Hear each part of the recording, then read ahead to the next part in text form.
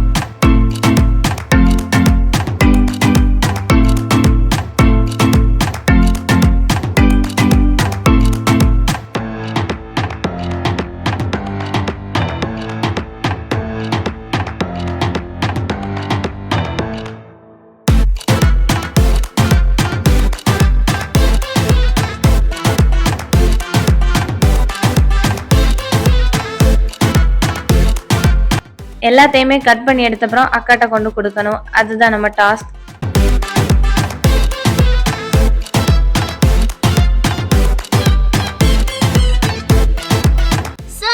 எல்லாமே கட் பண்ணியாச்சு. ஸோ வாங்க கொடுத்துடலாம் அவகிட்ட.